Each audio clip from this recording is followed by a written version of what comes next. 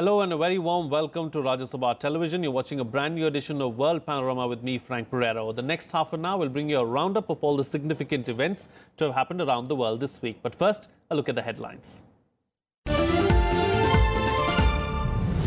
Japan's Prime Minister dissolves lower house of the Parliament ahead of a snap election to be held on October 22nd. Abe's foes unite, threatening his rule in Tokyo. Prospects increase for a stiffer election challenge to his party. US President looks to overhaul US tax system. New framework released by Republicans. Democrats criticize plan as a giveaway for the wealthy. Trump says the revamp will make the US more competitive and help the middle class.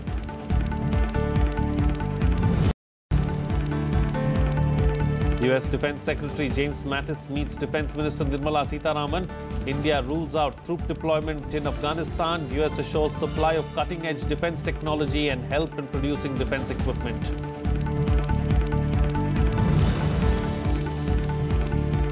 And German Chancellor Angela Merkel wins her fourth term in its worst performance in 70 years. Her party, the Christian Democrats, win 33.5% of the seats. Far-right radical party AfD wins 13.1% of the vote.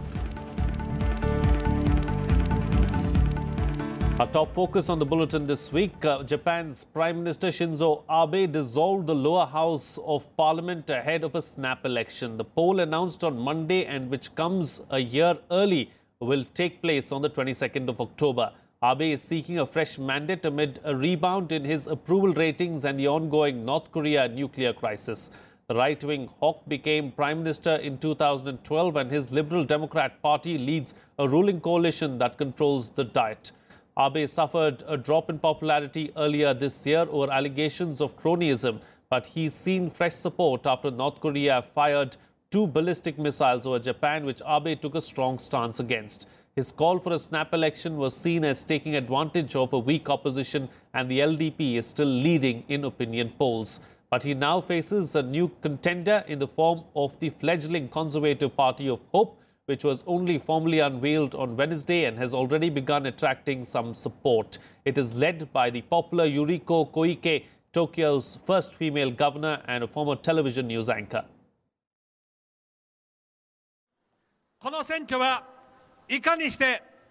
This election is about how we can properly protect Japan, protect the lives and peaceful lives of our people.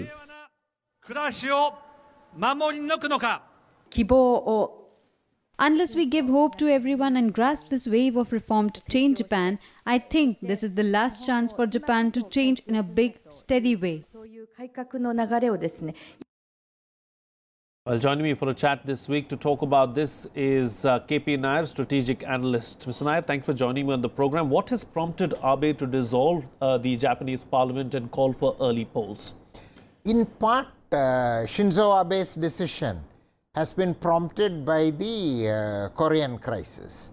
It is to some extent a fallout of the crisis over North Korea. You have to be in Japan to understand the current atmosphere in Japan.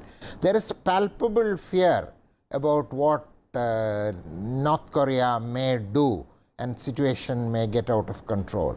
On television, all the time there are advertisements for portable bunkers. People are being advised not to stay near windows. If suddenly there is an attack or something, you could get hit by splinters. So that's the kind of environment that Japan is going through at the moment. So people are living in fear? Yes. But it must be considered that Shinzo Abe is a seasoned politician. He has already been Prime Minister 3 times, and he reckons that the atmosphere is in his favor. Another aspect is that opposition is in disarray.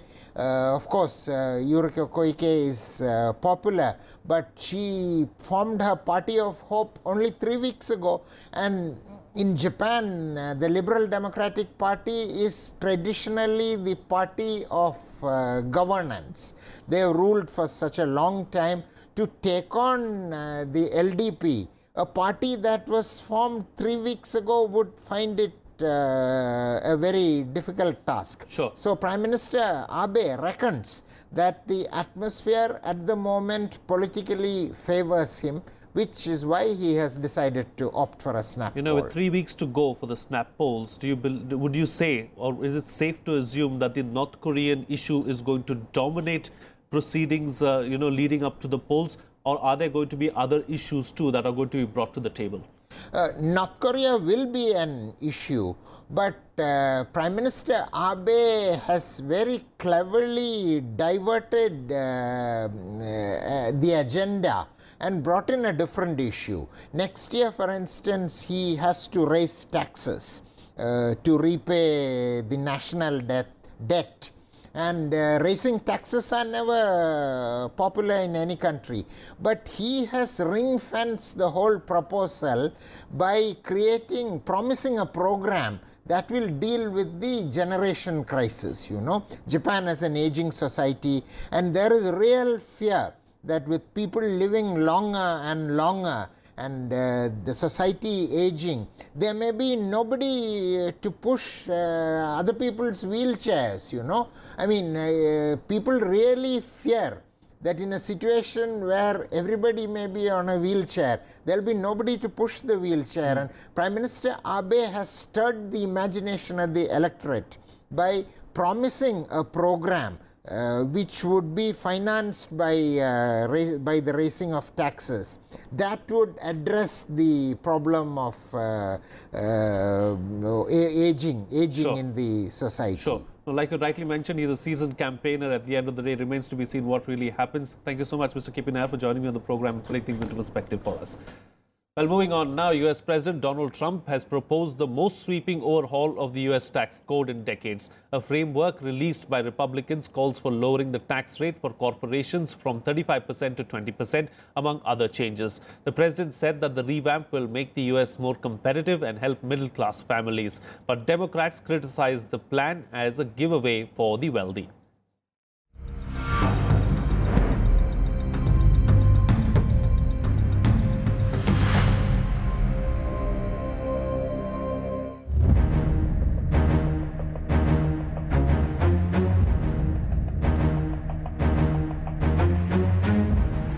But our country and our economy cannot take off like they should unless we dramatically reform America's outdated, complex, and extremely burdensome tax code. It's a relic. Got to change it. Donald Trump unveiling his plan for shaking up America's tax system, saying that deep cuts would make the U.S. more competitive and help ease the burden on middle-class families. The plan is the first major U.S. tax reform since 1986.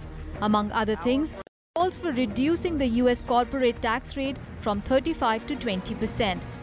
Our framework includes our explicit commitment that tax reform will protect low-income and middle-income households, not the wealthy and well-connected. They can call me all they want. It's not going to help. I'm doing the right thing, and it's not good for me, believe me. US President also said that reforms will lead to a simplification of the tax code, framing the effort in his speech as a historic opportunity. He said that the idea is also a bid to spur economic growth and encourage US companies to locate and invest in the United States. Instead of a source of pride, our tax code has become a constant source of frustration. It's too big. It's too complicated. It's too expensive. Today, we are taking the next step to liberate Americans from our broken tax code. This unified framework delivers a new tax code that is simple, that is fair, that is pro-growth and pro-family. Trump's push on tax reform comes on the heels of his latest in a string of stinging defeats on health care reform, with Senate Republicans repeatedly failing to string together 50 votes to replace Obamacare. Trump's tax plan also faces an uphill battle in the Congress, with his own Republican Party divided and the Democrats hostile, who criticize the plan as a giveaway for the wealthy. The White House is, however, aiming to push the tax reform through Congress by the end of the year. Bureau Report, Rajya Sabha TV. Well, US Defense Secretary James Mattis held talks with India's Defense Minister Nirmala Sitharaman on Tuesday. With the focus on deepening military ties, both countries agreed there will be no tolerance for terror safe havens. India also ruled out deploying troops in Afghanistan but said it will expand its development activities to help the war-torn country. Mattis also called on the Prime Minister Narendra Modi. He has more.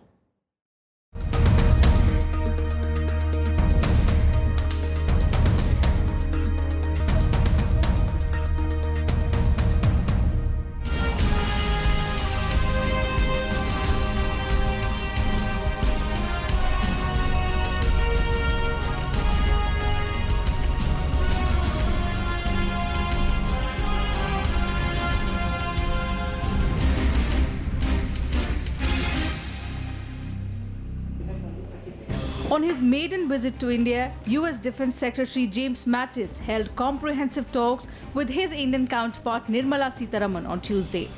The talks covered the bilateral defense partnership between both the countries.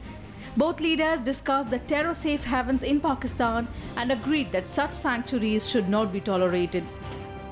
The situation in our neighborhood and the growing menace of cross-border terrorism were discussed in depth. There is growing convergence in the approaches of both our countries on this issue. We both recognize the importance of holding those who use terrorism as an instrument of state policy to account and to dismantle the infrastructure that support terrorism. There can be no tolerance of terrorist safe havens. As global leaders, India and the United States resolved to work together to eradicate this scourge. In broad-ranging initiatives, we value India's leadership across the Indo-Pacific and beyond. The Defense Minister also made India's stance on Afghanistan clear to Mattis. She said India will continue developmental assistance to Afghanistan but won't contribute troops to the war-ravaged country. India's contribution to Afghanistan has been for a very long time and has been consistently on developmental issues. We've built dams, we've built hospitals, we shall continue doing all of them. Medical assistance is also provided by India.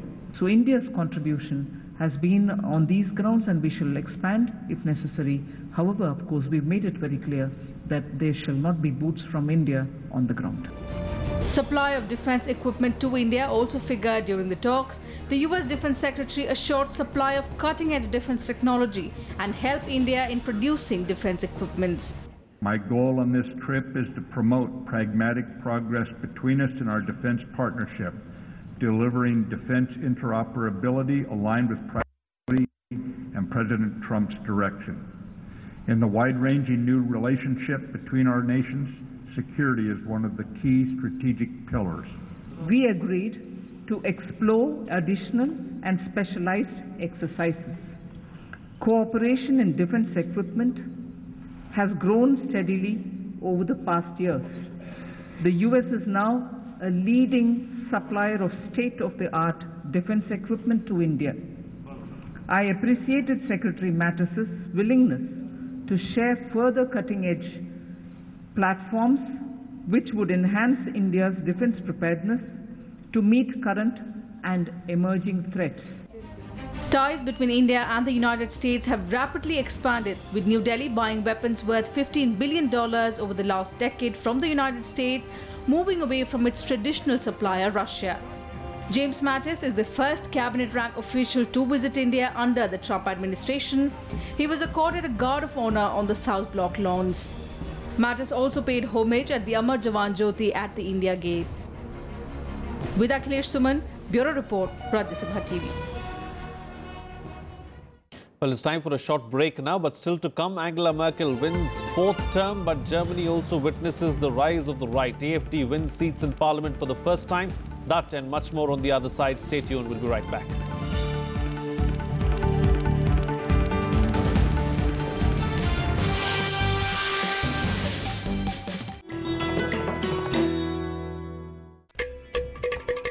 Ghatak, one of the oldest and most unique percussion instruments of southern India.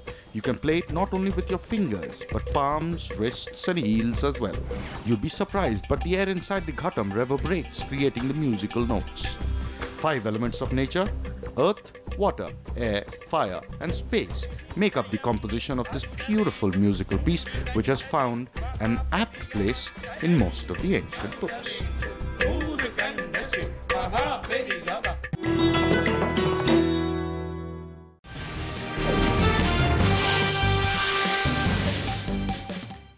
Welcome back. You're watching Rajya Sabha Television. Well, German Chancellor Angela Merkel won a fourth term last Sunday, with her Christian Democrats party winning 33.5% of the seats.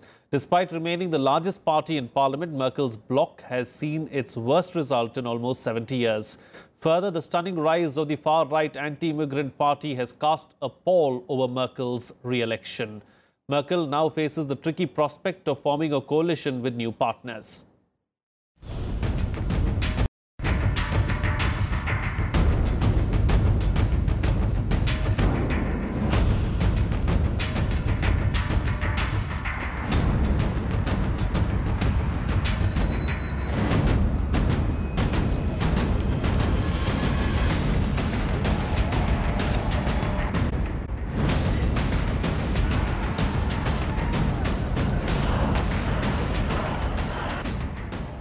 After 12 years in power, Chancellor Angela Merkel clinched a fourth term in Germany's election on Sunday. Merkel, who held a double-digit lead for most of the campaign, scored around 33% of the votes with her conservative Christian Union bloc. Its nearest rivals, the Social Democrats and their candidate Martin Schulz, came in a distant second with a 20 to 21% vote. While Merkel's alliance has remained the largest party, the numbers are the worst result for the alliance between the Christian Democrat and Christian Social Union. Merkel said she hoped for a better result. No question about it. We had hoped for a slightly better result. That's totally clear.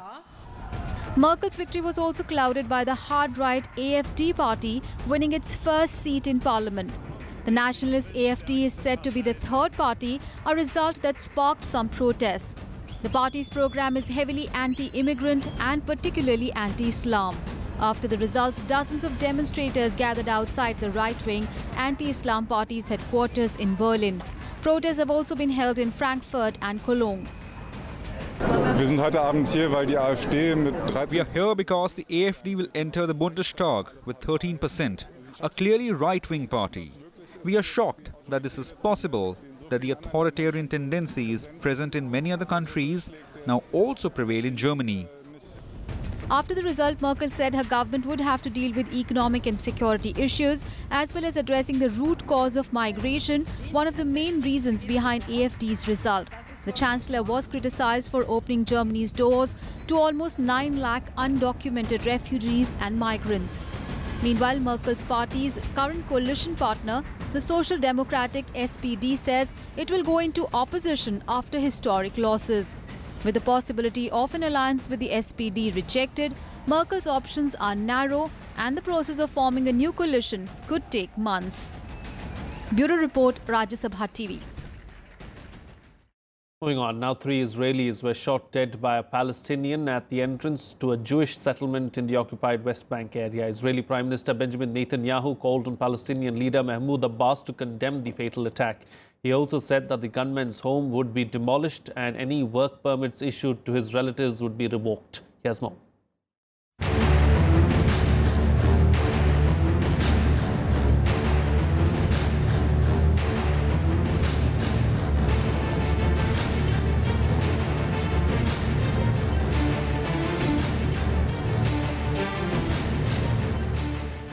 It had been just hours since work began around Haradar, an upscale settlement west of Jerusalem, when gunshots rang in the air, creating panic.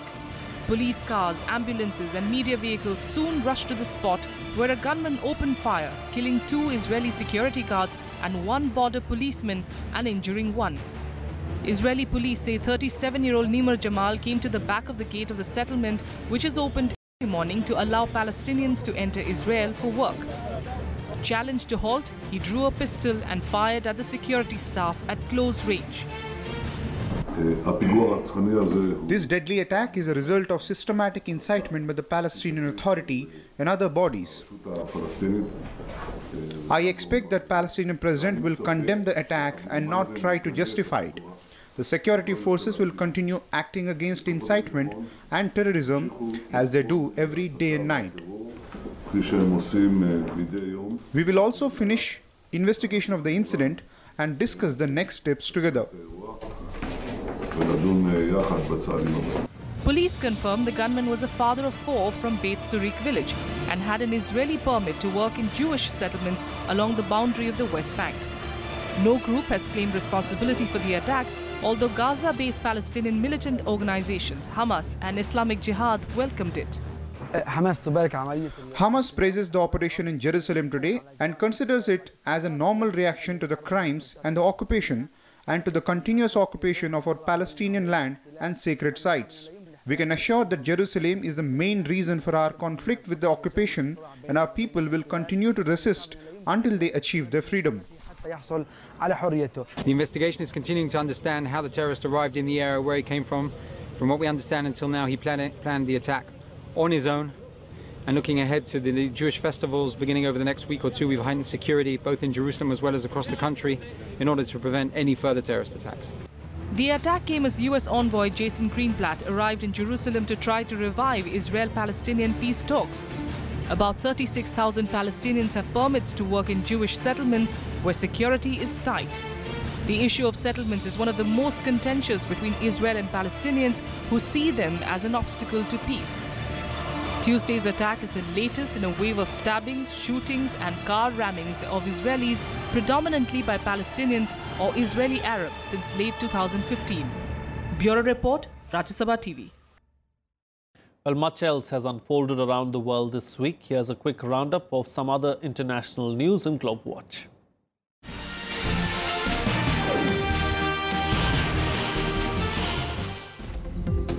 China says North Korean companies operating in the country will have to shut down by January. This comes as Beijing applies UN sanctions imposed after Pyongyang's 6th nuclear test.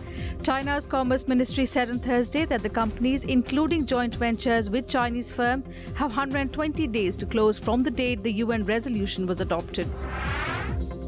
Saudi Arabia is easing restrictions on women driving, finally allowing almost half of its population to get behind the wheel. A royal decree has been issued that will allow women in the country to drive. The move is in line with a series of changes that have been rippling in the Islamic kingdom since the rise of Crown Prince Mohammed bin Salman. The government ministries are to prepare reports within 30 days, and the order will be implemented by June 2018. Facebook CEO Mark Zuckerberg has hit back at US President Donald Trump for accusing the social networking website of being anti-Trump. Responding to the president's tweet, Zuckerberg said that Facebook is a platform for all ideas. Trump's criticism came after Facebook agreed to cooperate with the Congress on its investigation of Russian meddling in the 2016 US presidential election. Zuckerberg has defended the company's decision to cooperate with the investigators. Hugh Hefner, American founder of the magazine Playboy, died at the age of 91. Playboy Enterprises Inc. said he passed away at his residence in Los Angeles from natural causes. Hefner began publishing Playboy in 1953. It became the largest selling magazine in the world, selling around 7 million copies a month at its peak. Hefner was also host of a television show, Playboy After Dark, and in 1960 opened a string of clubs around the world.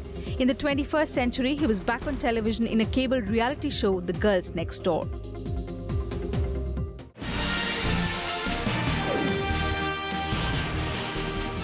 Well, let's now shift gears and bring you up to speed with all the sports news you might have missed in sports action.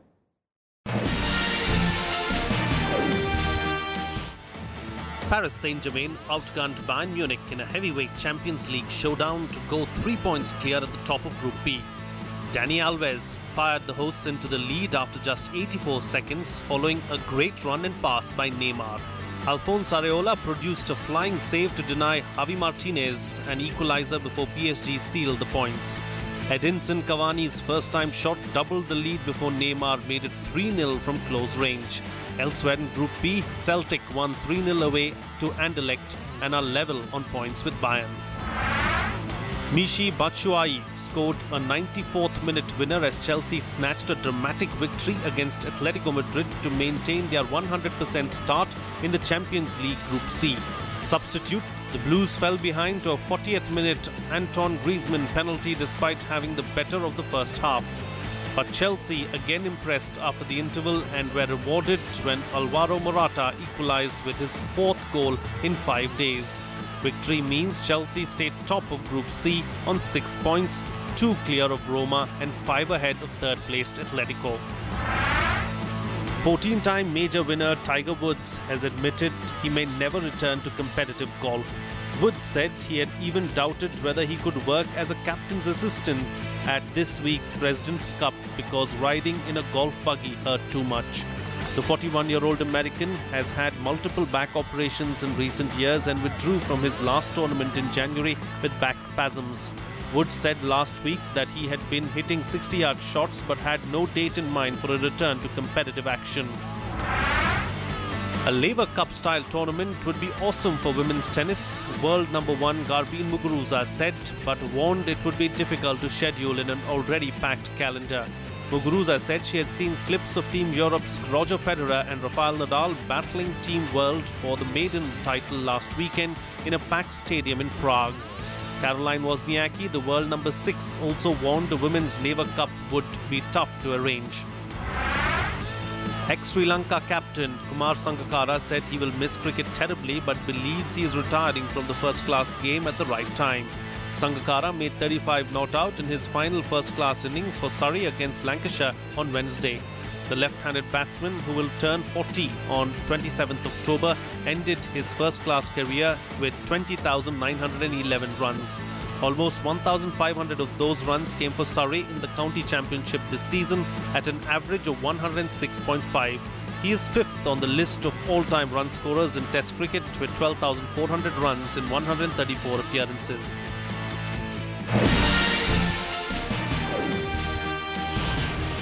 And finally, NASA is readying for the first ever mission to directly probe the Sun. Launching in June 2018, the Parker Solar Probe will dive into the Sun's atmosphere and is set to orbit the Sun in 2024.